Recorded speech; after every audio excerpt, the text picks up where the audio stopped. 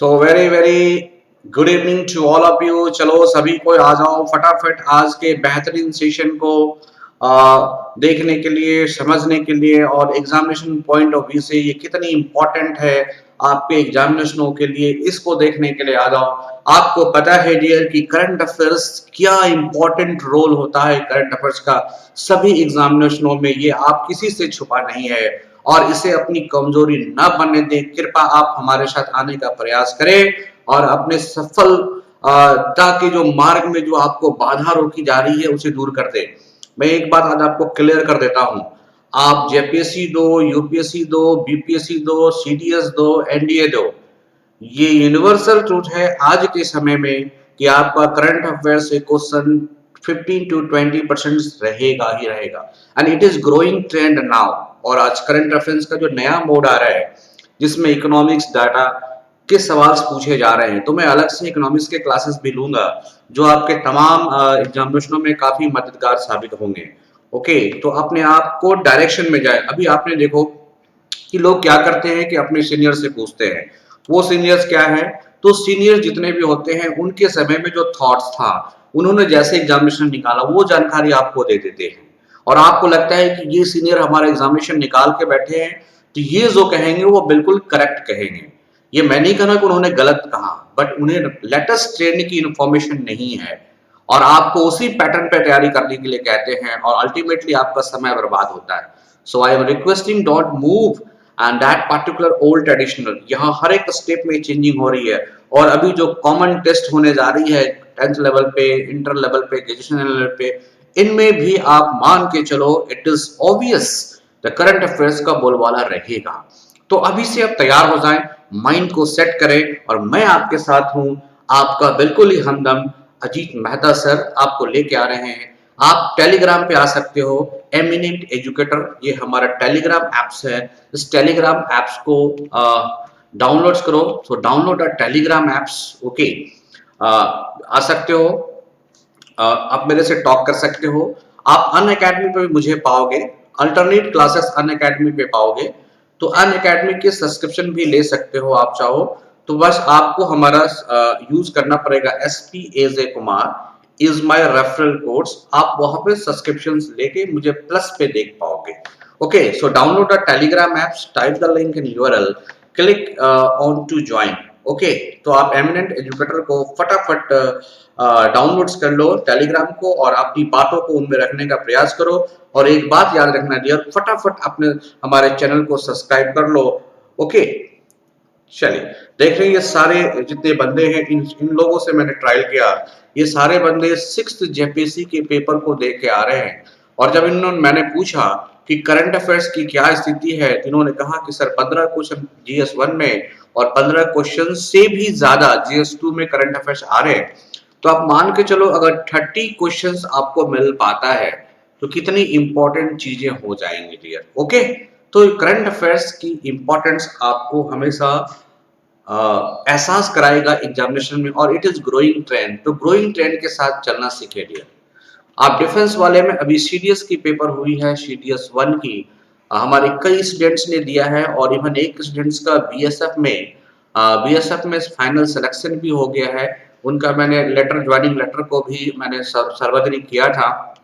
Okay, तो उनसे भी जब मेरी बात हुई तो ही सेड दैट कि सर करंट अफेयर्स की इंपॉर्टेंस है, क्योंकि एसएसबी में तो बिल्कुल ही इसके काफी इंपॉर्टेंट देखने को मिल जाते हैं। तो करंट अफेयर्स पे आपकी पकड़ होनी चाहिए और करंट अफेयर्स कभी वन लाइनर मत पढ़ना। जैसे आप कई यूट्यूब में देखते होंगे कि आपको वन लाइनर्स दिया जाता है और आपको लगता है कि बिल्कुल इजी वे में हम सीख रहे हैं, वो इजी वे आता नहीं है, थोड़ा सा अंदर करता है।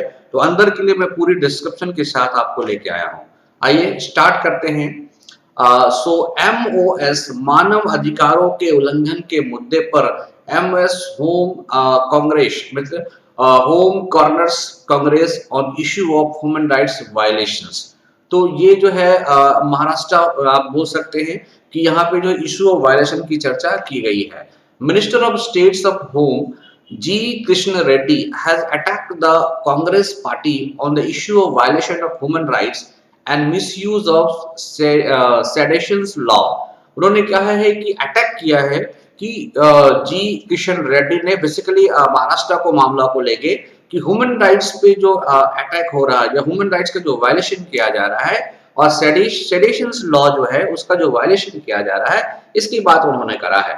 तो replying two questions in the lower houses of Congress MP Anumulla Rivat Reddy on the detail of the number of cases registered under the offence of sedition across the country during the last 10 years. The minister said that it was separately unlike the earlier Congress regions. The Modi government that has maintained the figure of sedition cases. तो ये जो government है, जो मोदी की government चल रही है, इन्होंने सेडिशन केसेस को काफी कंट्रोल करने का प्रयास किया है और ह्यूमन राइट्स को संरक्षित करने का और ह्यूमन राइट्स जो आपका डिस्ट्रक्शन हो रहा है उस पर बात करने का काम आपके मोदी जी ने करा है। ये बातें सामने आई है। ओके, तो आपको इन बातों को समझना चाहिए। चलिए अगले क्वेश्चन की ओर मूव करते हैं। पूरी डिस्क्रिप्शन के साथ आपको समझना चाहिए। इंडिया एडमिनिस्ट्रेड ओवर 3.17 करोड़ कोविड-19 वैक्सीन डोज। आपने देख रहा है कि अभी 15 और जो आपके कोरोना वॉरियर्स इनको ये वैक्सीन दी जा रही है। तो 15 से एबव जितने बंदे हैं इंडियन सिटीजन्स हैं और जो कोरोना वॉरियर्स हैं उनको वैक्सीन दी जा रही है। तो ऐसी स्थिति में अगर आप देखोगे तो भारत 3.17 करोड़ कोविड-19 वैक्सीन के डोजेस को दे चुका है और इंडिया भारत में ही नहीं पूरे विश्व की 71 कंट्रीज में कोविड-19 के डोजेस को भेजा जा रहा है और उनको भी भारत की बने या भारत में मेड इन इंडिया बने वैक्सीन का रिस्पॉन्स देखने को मिल रहा है और instead of China they are believe on they have trust over Indian vaccine.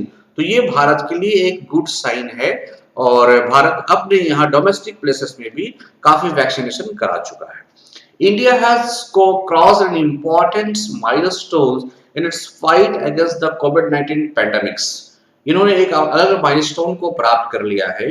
In the world the largest vaccination program, the cumulative number of COVID-19 vaccine doses administered in the country has crossed 3.178 crore. तो ये जो programme चलाया गया था उसमें अगर देखा जाए ओवरऑल तो 3.17 करोड़ वैक्सीनेशन हो चुका है। A total of 3,70,71,661 vaccine doses have been given so far.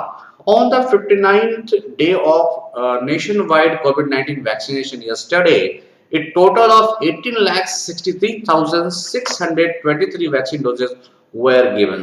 Okay.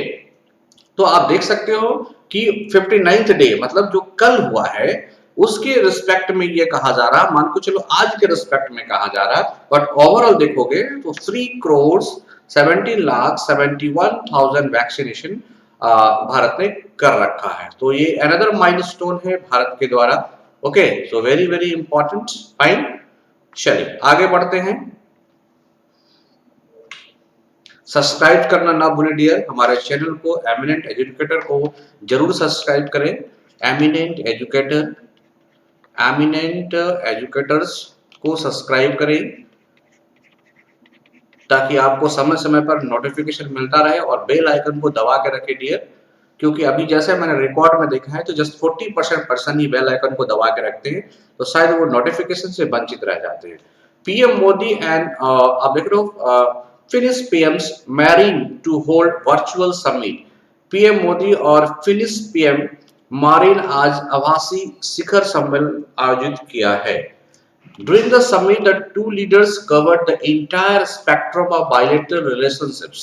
Will also exchange view on the regional and global issues of mutual interest. The virtual summits will provide a blueprint for the future expansions and diversification of India and Finland partnership.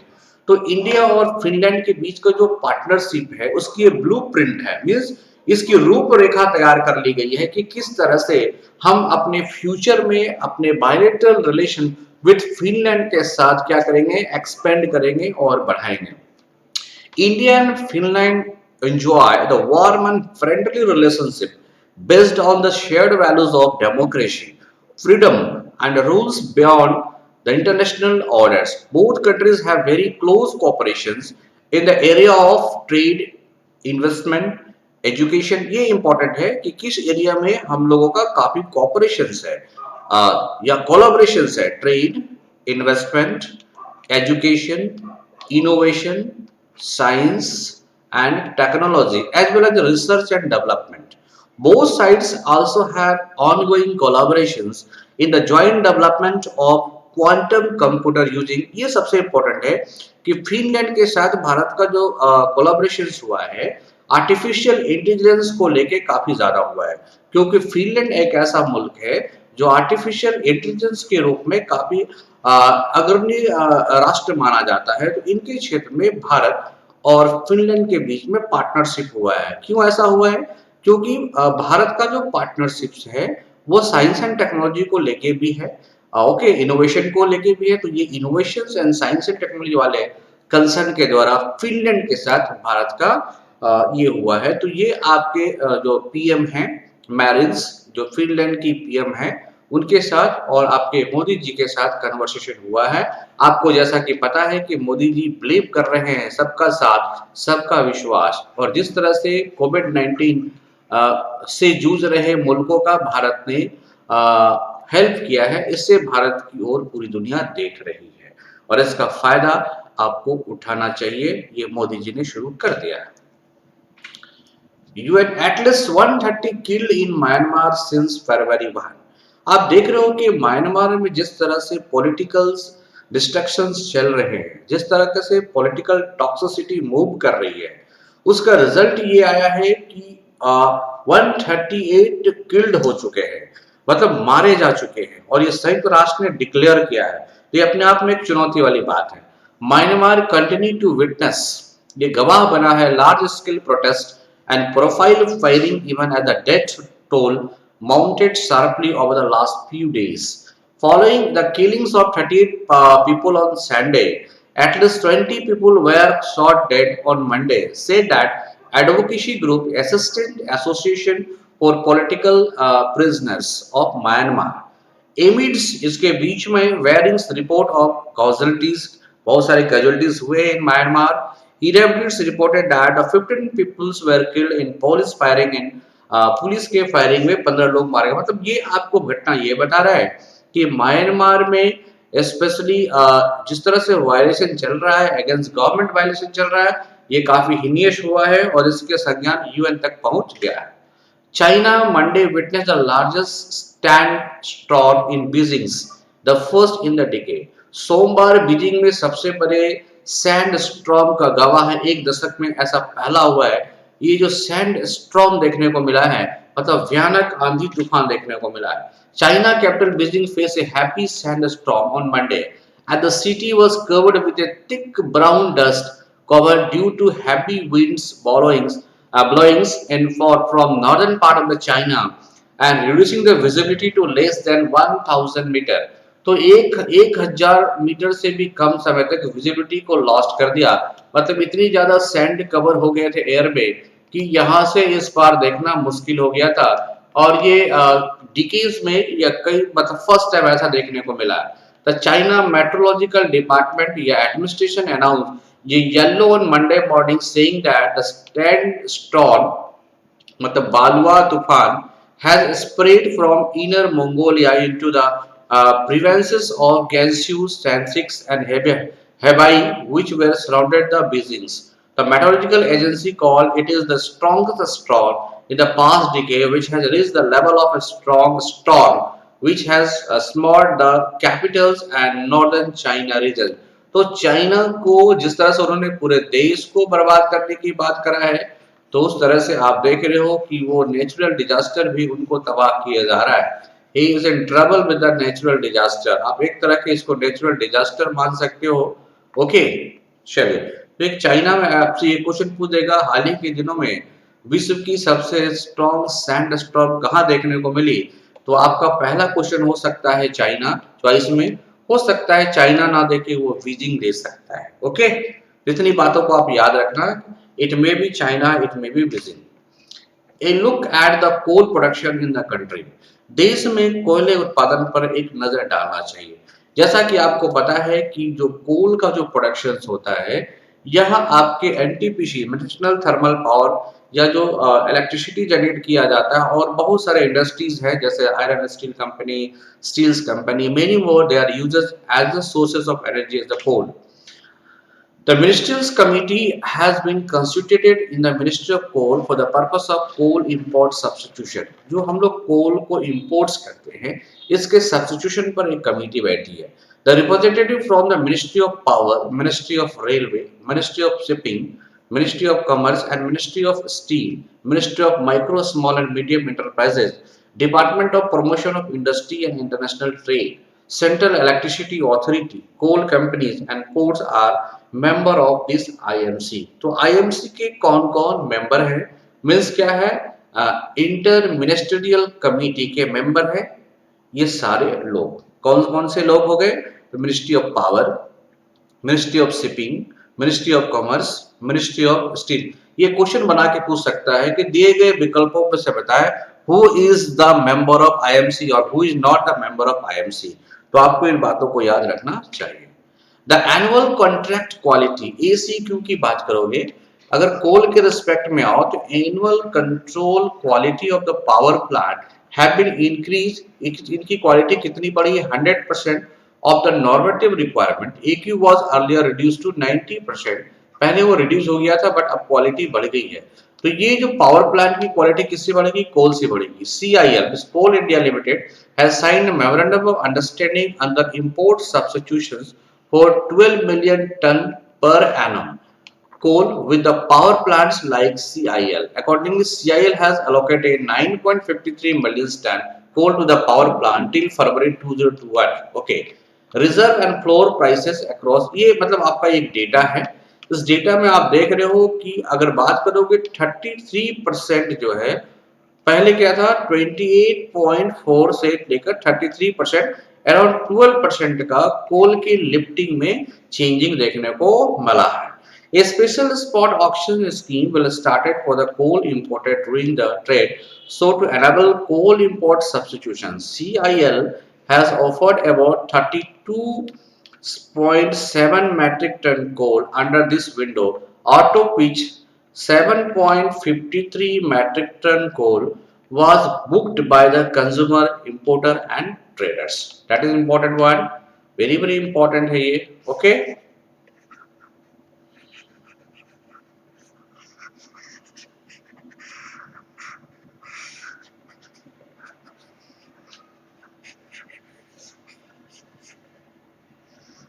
चलिए, very good. आइए, ये भी अच्छे सवाल है आपके लिए. ये huge achievements Indian railway surpass last years cumulative freight loading way before the year end. एक बड़ी उपलब्धियों में भारतीय रेलवे पिछले वर्ष के अंत में पहले समाही माल में ढुलाई के रास्ते में अपने आप को प्राप्त किया है. In spite of COVID challenges, 11th March 2021, Indian Railways surpassed the last year of total coal cumulative freight loadings. तो on 11th March 2021 Indian railway ने अपने आप को एक क्लियरेंस किया है कि हमने लोडिंग्स में कितना किया है? 1145.61 मिलियन टन्स. ओके, को हम लोगों ने टच कर दिया है. The freight figures continue to maintain the high momentum in term of loading and speed in the month of March 2021 as well for the Indian Railway. मतलब इंडियन रेलवे में इस कोविड-19 के दौरान भरपूर कमाई की है. On a month-to-month basis, up to March 11, 2021, Indian Railway loading 43.43 million ton, which is 10% higher compared to the last year. आपसे यही पूछेगा on the day basis, the freight loading of Indian Railway was एक दिन में वो कितना कर रहा है? 4.07 मिलियन टन कर रहा है, which is 34% higher compared to the last year loading for the same date. तो इन तीन बातों को याद रखना है कि टोटल इंडियन रेलवे का कितना फ्राइट कॉरिडोर के द्वारा एक्सपोर्ट इंपोर्ट में इंडिया के अंदर लोडिंग अनलोडिंग हुए हैं. तो 114.114.61 मैट्रिक टन हुए. करेक्ट. सेकंड क्या कह रहा है कि अगर आप बात करोगे मंथली अचीवमेंट्स की, ओके, तो मंथली अचीवमेंट अगर देखोगे तो 43 मंथली अचीवमेंट में 43.43 टन्स का होता है. और अगर आप देखो डे वाइज में तो 4.07 आपका डे में होता है, एक दिन में 4.07 और एक महीने में 43.43। और अगर ऐसे बात करोगे ओवरऑल में तो 1145.6 ओके 0.61 मिलियन टन। फाइन, चलो ये काफी इंपॉर्टेंट डेटा था आपके लिए। कई बार एग्जामिनेशनों में डेटा से रिलेटेड क्वेश्चन पूछे जाते हैं, तो इनको आप याद रखना, इनकी ग्रोथ को भी याद रखना कि 34% हायर है, और याद रखना डियर कि 10% हायर है। ये डे और मंथ का आप कंपेयर करके रखोगे, स्लाइड से नोट्स कर सकते हो, इसको आप जो है कवर कर सकते हो। ओके, चलिए नेक्स्ट। हांगकांग साइंटिस्ट ने डेवलप किया है एक retinal scan technology to identify early childhood autism, जो बचपन की आत्म केंद्रिता की पहचान करने के लिए रेटिना स्कैन टेक्निक को विकसित किया है। और ये लेटेस्ट जनरेशन पे है कि पूरे रेटिना को आपको स्कैन कर लेता है, ताकि इस पर आप आराम से ट्रीटमेंट कर सकते हो, और ये चाइल्डहुड में ही आपको पता चल जाएगा, तो शायद इसके ट्रीटमेंट को आप अंजाम दे सकते हो, क्योंकि ये जो ब्लाइंडनेस की शिकायत है ये वर्ल्ड में काफी ज्यादा है। A Hong Kong scientist has developed a method to use machine learning and artificial intelligence to scan retina of the children as young as 6 to detect early autisms or the risk of autism, and hope to develop a commercial product this year। और ये commercially develop करने की बात कर रहा है, तो ये काफी important है। Maharashtra, Punjab, Karnataka, Gujarat, and Tamil Nadu continue to report a spike daily news in the COVID-19। तो महाराष्ट्र, पंजाब, कर्नाटक, गुजरात और तमिलनाडु ने डेली न्यूज में स्पाइक की रिपोर्ट जारी कर दी है। 5 states of Maharashtra, Punjab, Karnataka, Gujarat, Tamil Nadu continue to report a surge in the COVID-19 daily news। They communicately occurs 78.41% of the new cases reported in the past 24 hours। तो अगले 24 घंटे में, last 24 घंटे में, पिछले 24 घंटे में 78.41% जो है ये कोविड के केसेस को आपको देखने को मिला है। 26291 new cases were registered in the last 24 hours। Maharashtra has reported the highest daily new cases at 1660 count, accounting for 63.21% of the daily news cases। It is followed by Kerala with 1792, while Punjab reported 1492 new cases। Okay, तो ये important है आपके लिए। फिर से कोविड-19 के खतरा को देखने को मिल रहा है, और फिर से महाराष्ट्र और ऐसे जगहों पे देखने को मिल रहा है। तो गवर्नमेंट काफी एक्टिव है while vaccination is continuing। आजादी की अमृत महोत्सव, tourism minister organise online book reading session. तो टूरिज्म मिनिस्टर जो आजादी की महोत्सव को फोर्स देने के लिए, मूवमेंट्स देने के लिए एक बुक महोत्सव, ऑनलाइन बुक रीडिंग सेशन की शुरुआत करी है। ए पार्ट ऑफ द आजादी की अमृत महोत्सव celebration, the Indian Tourism Mumbai Regional Office of Ministry of Tourism in the Western region organized an online book reading session of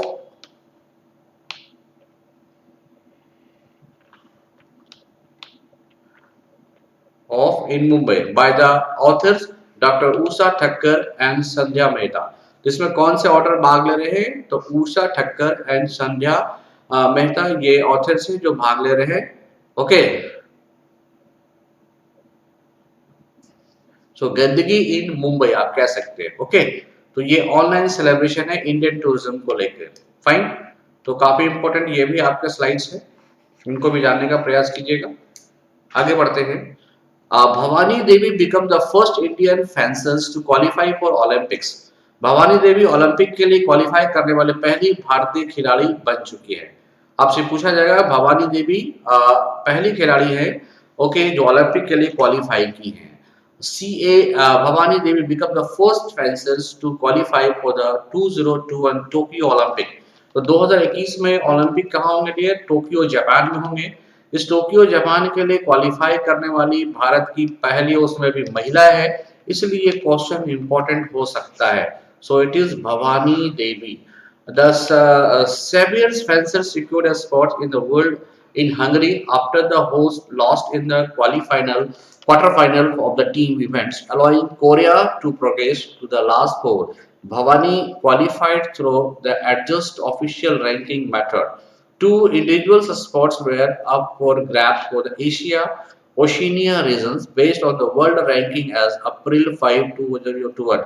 She is ranked 45 and occupies one of the two available slots based on the ranking. तो Olympic के लिए qualify करने वाली पहली महिला player हो चुकी है Bhavani Devi.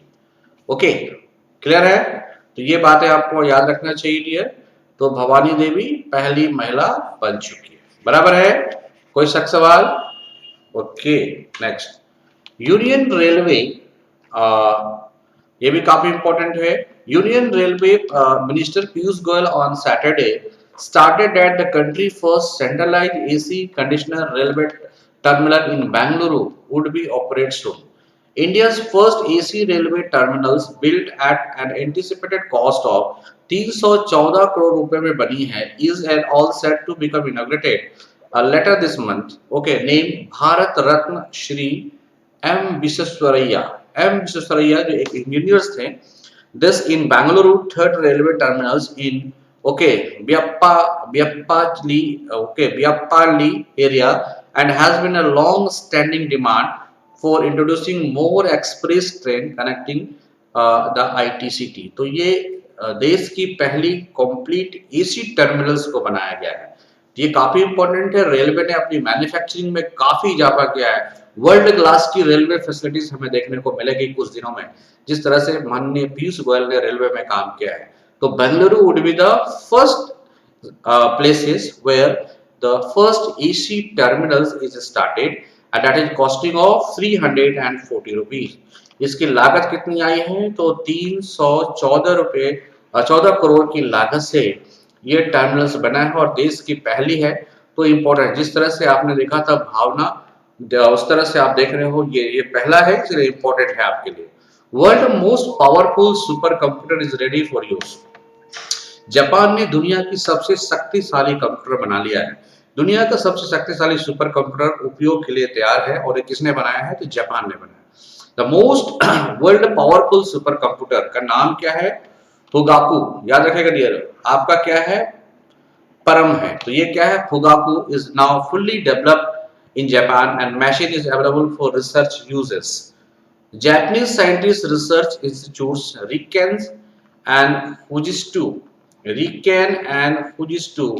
began development 6 years ago with an aim to make the revised core of Japanese computing infrastructure. Then, in April 2020, it was tested particularly in the project to combat COVID-19 pandemic. Okay, Fugaku is now a fully open and available for shared use Japanese Research Organization for Information Science and Technology has selected 74 projects that will use the supercomputer in financial year 2021। तो इसी साल से आपको ये और ये अप्रैल से ये काम करना शुरू कर देगा। सो मोस्ट लेटेस्ट न्यूज़ों में ये शामिल है।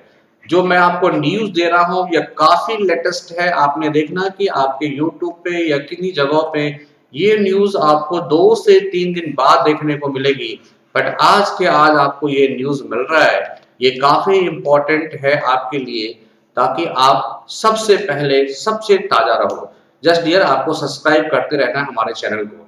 तो जापान में सुपर कंप्यूटर कौन सा है dear? Fugaku. After the grand success of Strawberry Festival in Jhansi and the Jaggery Festival in Lucknow, the Uttar Pradesh government is organizing a 3-day Kala Namak Rice Festival in Siddharth Nagar district। तो आपसे कई बार question पूछेगा कि काला नमक rice festival किस state ने मना शुरू किया है? तो ये क्या होगा? यूपी। इससे पहले अगर आप देखोगे तो जैगरी फेस्टिवल तो लखनऊ में था, यूपी में था। इससे पहले स्ट्रॉबेरी फेस्टिवल, तो झांसी में स्ट्रॉबेरी महोत्सव और लखनऊ में जगरी महोत्सव की शानदार सफलता के बाद उत्तर प्रदेश राज्य सरकार 13 मार्च से सिद्धार्थनगर जिले में 3 दिवसीय काला नमक चावल महोत्सव आयोजित करने जा रहा है। अब बात करोगे Indian rank in highest in work place satisfaction, JLL-HPI index, Bharat कार्यस्थल की दृष्टि में सर्वोच्च स्थान पे है। मीन्स जॉन्स, JLL का मतलब होता है, नोट कर लेना, जॉन्स लैंग्स लासेल, ये ऑर्गेनाइजेशन है जो इस तरह की रिपोर्ट जारी करती है। तो Jones Lang LaSalle, a industrial actual property and funding administration firm, at present launch the Human Performance Indicator, a brand new system that provides a complete view of how completely different point of the workplace operated. This consists of area, expertises, and traditional mix to raise human efficiency. The Asia Pacific HPI outcomes had been primarily based on a examine of 1500 staff in 5 international locations throughout the area. The report discovered that India is the main with the 81% of excessive performance training versatile working together with the versatile hours and work from home in compatibility to different APEX international location. ये कह रहा है कि JLL के ने recognise किया है कि वर्क फ्रॉम होम के रिस्पेक्ट में इंडिया ने जो वर्किंग कल्चर है, वर्किंग सेटिस्फेक्शन को नंबर 1 पोजीशन पे रखा है, क्योंकि इन्होंने इसको पॉइंट कितना दिया है, तो 81 दिया। तो देखो ये जिस तरह से आपको पता है कि इंडिया सर्विस सेक्टर में टॉप पोजीशन पे है। ओके, सर्विस का मतलब ये होता है थर्ड डिग्री सेक्स, और आप कह सकते हो टर्सरी सेक्टर। तो टर्सरी सेक्टर में इंडिया टॉप पोजीशन पे है। ऐसे भी वर्ल्ड में भारत की जो इनकम होती है, मतलब जीडीपी में अराउंड आप देखोगे तो 75% तक का कंट्रीब्यूशन जो है सर्विस सेक्टर से मिलता है। और इस कोविड 19 के दौरान वर्क फ्रॉम होम की जो एक्टिविटी की गई थी, इसमें ये देखा गया है कि इंडिया जो है वर्क के रिस्पेक्ट में नंबर 1 पे पहुंच चुका है, क्योंकि 81% का इनको पॉइंट्स दिया गया है जॉन्स लैंगलास सेल द्वारा। कंप्यूटर मेकर, अब देखो ये और नई खबर है साइंस एंड टेक्नोलॉजी के रूप में कि computer maker HP made its first ever consumer PC using plastic waste in ocean. तो जो आप देख रहे हो, समुद्र में जो प्लास्टिक कचड़े होते हैं, जो वेस्ट होते हैं, उससे इन्होंने कंप्यूटर का निर्माण किया है। ये move that build on the companies sustainability commitment. Newly launch pavilion 13, इस कंप्यूटर का नाम क्या है, pavilion 13, pavilion 14 and the Pavilion 15 laptops were manufacturing using ocean bound plastic। तो ये बार बार आपको साइंस एंड टेक्नोलॉजी के सवाल हैं, ये पूछ सकता है कि पैवेलियंस 13, पैवेलियंस 14, और आपसे पूछ सकता है कि पैवेलियंस 15 ये क्या है। तो ये HP कंपनी के द्वारा ओशन के प्लास्टिक वेस्ट से बनाया गया PC और लैपटॉप है। तो लैपटॉप 15 वाला याद रखिएगा, ये 15 वाला क्या है, आपका लैपटॉप है, और ये दोनों क्या था, PC था। ओके, क्वाइट इंपॉर्टेंट आपके पास सवाल आपको देखने को मिल रहा है, बराबर है। आगे बढ़ते हैं। सो अब आते हैं हम लोग most important questions for the month of December.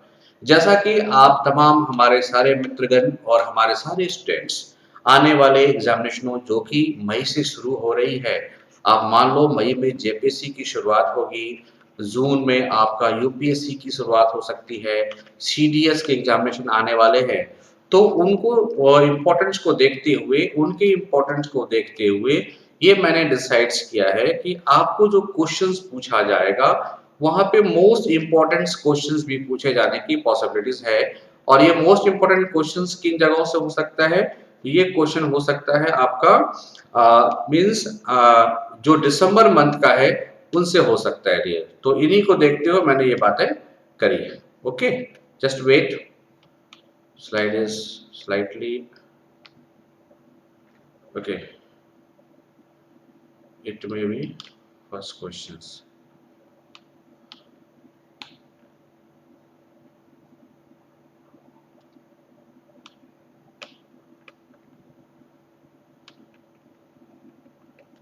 चलिए मैं थोड़ा स्लाइड्स को, ओके फाइन।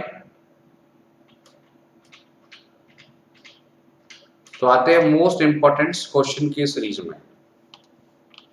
ओके, तो आप लोग समय पे डेली 9 PM पे आ जाइएगा, क्लासेस आपको मिल जाएगा, टाइमली क्लासेस मिल जाएगी। ओके, जस्ट आपको सब्सक्राइब करना चाहिए मुझे, you have to subscribe me. Okay, आपको मुझे सब्सक्राइब करना चाहिए एमिनेंट एमिनेंट एजुकेटर के रूप में। आप मुझे इसे सब्सक्राइब करो, हमारे चैनल को यूट्यूब पे भी है, आप इसे टेलीग्राम पे भी प्राप्त कर सकते हो। Fine, so it very very important. चलिए, तो सारे इंपॉर्टेंट क्वेश्चंस आपको देखने को मिल जाएंगे। जो दिसंबर महीने के इंपॉर्टेंट क्वेश्चन है उसकी मैं शुरुआत कर रहा हूँ। ओके, चलिए तो आते हैं question. Name the player who has own the 2020 Bahrain grand fix. उस खिलाड़ी का नाम बताइए जिसने बहरीन 2020 बहरीन का खिताब जीता है। तो बहरीन एक फार्मूला 1 रेस है, इसको जीता है Sebastian Vettel, Max Verstappen, Charles Leclerc and Lewis Hamilton. तो आंसर देखो dear, Lewis Hamilton has won 2020 Bahrain grand prix held on 29 November. अब लुइस हैमिल्टन क्या चलाते हैं? मर्सिडीज। ये कहाँ के रहने वाले हैं? तो ग्रेट ब्रिटेन। क्या जीता है? तो ये फार्मूला 1 रेस को जीता है और बहरीन फेस्टिवल ग्रांड को इसने जीता है, जो बहरीन में हुई थी उस वहां के रेस को इसने जीता है। ओके, चलिए तो आप बता सकते हो Lewis Hamilton. Next, Railway Minister Piyush Goyal has recently inaugurated the newly electrified Digwara Banduki section of NWR, which fall in which states? ये काफी इंपॉर्टेंट क्वेश्चन है आपके लिए। ओके, रेल मंत्री पीयूष गोयल ने हाल ही में एनसीआर के नए विद्युतीकृत दिगवारा बाडीगुई खंड का उद्घाटन किया है। मतलब ये इलेक्ट्रिफाइड स्पेशल है जहां पे इलेक्ट्रिफिकेशन किया गया है। तो NWR वो किधर है? तेलंगाना, वेस्ट बंगाल, हरियाणा एंड राजस्थान। तो आंसर करोगे dear Rajasthan. Where railway minister Piyush Goyal has recently inaugurated the newly electrified Digwara Bandipur section of NWR north west railway. किधर है? तो Rajasthan. The Union Minister of Railway Shri Piyush Goyal inaugurated the newly electrified Digwara Banduki section of the North Western Railway। और वो कहाँ पे है dear? तो आपसे पूछेगा हाल ही में जो दिगवारा बांदुकी रेलवे का जो विद्युतीकरण किया है गया है वो किस सेक्शन में है, तो किस जगहों पे है? तो आप बोल पाओगे वो सेक्शन किधर है? तो राजस्थान के अंदर है। बराबर है। चलिए next, The book titled Future of Regional Cooperation in Asia and Pacific has been released by which organization? ये आंसर आपको ऑलरेडी दिख रहा है, ADB। ये काफी इंपॉर्टेंट बुक्स है। इसका नाम है The Future of Regional Cooperation in Asia and Pacific has been released by which organization? तो ADB। ADB means Asian development bank. अब बात करोगे ADB बैंक की मुख्यालय किधर है? तो फिलीपींस में है। ओके, किधर है? फिलीपींस में है। और ये फिलीपींस किधर है डियर? तो मनीला के अंदर ये फिलीपींस है। ओके, मनीला इसकी कैपिटल है, फिलीपींस की राजधानी मनीला है। ओके, और तो यहाँ पे आपका एशियन डेवलपमेंट बैंक का हेडक्वार्टर है। उन्होंने एक बुक निकाला है जिसका नाम है future of regional cooperation in Asia and Pacific. Fine, Asian development bank has released a new book titles future of regional cooperation in Asia and Pacific. आइए, Sahkar Pragya is a new initiative launch by which ministry. ये काफी important है ये भी कि आपसे question पूछा जा रहा है कि आप बताओ कि ओके, सहकार प्रज्ञा किस मिनिस्ट्री ने इसे लॉन्च किया है? Ministry of agriculture and farmer welfare, ministry of railway, ministry of finance, ministry of health and welfare. Answer होगा the union minister Narendra Singh Tomar recently unveiled a newly initiative Shahakar Pragya is an initiative of the National Cooperative Development Corporation (NCDC) to help in capacity development of cooperative sector in India through training program। तो क्या होगा? Ministry of agriculture and farmer. क्या होगा answer? Ministry of agriculture and farmer. आइए, Who has been appointed as the new Secretary General of Lok Sabha? तो लोकसभा के नए secretary general कौन से अपॉइंट हुए हैं? आभा सिंह यदुवंशी, उत्पल कुमार सिंह, विनोद कुमार त्रिपाठी एंड कल्पना शर्मा। तो आप देख रहे हैं लोकसभा स्पीकर कौन है? Om Birla has appointed the senior IS officer Utpal Kumar Singh as Secretary General of the Lok Sabha and the Lok Sabha Secretariat, मतलब लोकसभा के सचिव। His appointment will become into effect from December 1, 2020. He will succeed incumbents Snehlata Srivastava. इससे पहले कौन थी secretary? तो स्नेहलता श्रीवास्तव थी। इनको रिप्लेस करके किसे बनाया गया है? उत्पल कुमार को बनाया गया है। Who is the theme? Oh, sorry. What is the theme of the World AIDS Day 2020? On the fast track to end AIDS epidemic, communities make the difference. Know your status. Ending the HIV/AIDS epidemics realizes and impact. आपको पता होगा कि AIDS day कब मनाया जाता है? 1 दिसंबर को मनाया जाता है। तो डेफिनेटली उनका कुछ थीम रखा जाता है। ओके, तो थीम में आंसर क्या होगा? The theme of the world AIDS Day 2020 is ending the, क्या है डियर? तो ending the HIV/AIDS epidemic realizes and impact. Okay, so the theme of the World AIDS Day 2020 is ending the HIV/AIDS. Fine, it is very very important. ये काफी important है आपके लिए। चलिए, तो thank you to listen my channels. बस मैं आपसे आग्रह करूंगा कि आप हमारे चैनल को जल्दी से जल्दी सब्सक्राइब कर ले, ताकि आपको समय समय पर नोटिफिकेशन मिलता रहे और आप पूरी तरह से एग्जामिनेशनों को करेक्ट करने में सफल हो पाए। कहीं ना कहीं आपको भी एहसास होगा कि current affairs is an important content for coming examination. तो आप अपने एग्जामिनेशन को जल्दी से जल्दी निकाल लें और नए सोच और नए दौर की तरह चले। कभी भी जो आपके, मैं ये नहीं कहता हूँ आपको सीनियर का अनुसरण नहीं करना चाहिए, लेकिन उनकी विचारों से आप एग्जामिनेशन नहीं निकाल सकते हो। आपको अपनी नई विचार डेवलप करनी होगी, नई पद्धति को डेवलप करनी होगी, और इस नई पद्धति में आपका करंट अफेयर्स एक रामबाण साबित होगा, ये हमारा दावा है। So run for current affairs with Ajit sir, our channel eminent educator. तो फटाफट फटाफट सब्सक्राइब करो और फिर हमारे चैनल को देखो। 9 PM डेली आप मिल सकते हैं 9 PM पे। Okay, 9 PM it's my timings. तो 9 PM पे आप आ सकते हो, 9 PM। Okay, daily 9 PM। और टेलीग्राम पे आप मुझे पाओगे और ये यूट्यूब पे। तो फटाफट नोटिफिकेशन के लिए बेल आइकन दबा के रखिए और मुझे सर्च कीजिए एमिनेंट एजुकेटर के रूप में टेलीग्राम पे, सो दैट आपको लेटेस्ट इन्फॉर्मेशन मिला करे, रेगुलरली मिला करे। आई होप आपको वीडियो अच्छा लगा होगा और आप इससे प्रभावित हो रहे होंगे और आपको लग रहा हो कि अब एग्जाम आराम से निकलेगा और आपके ज्ञान में जरूर इजाफा हुआ होगा। Thank you once again. Just need to subscription, so do subscription as much as you can do and share this information with your friends also. Thank you.